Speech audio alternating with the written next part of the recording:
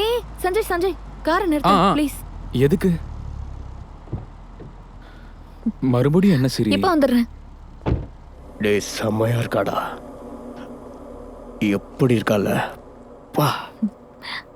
தாத்தா இந்தாங்க. என்ன பொண்ணுடா.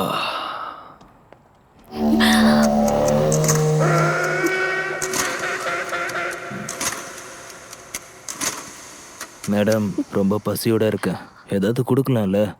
ஏன் கொடுக்க எதுவுமே இல்லையா? ம்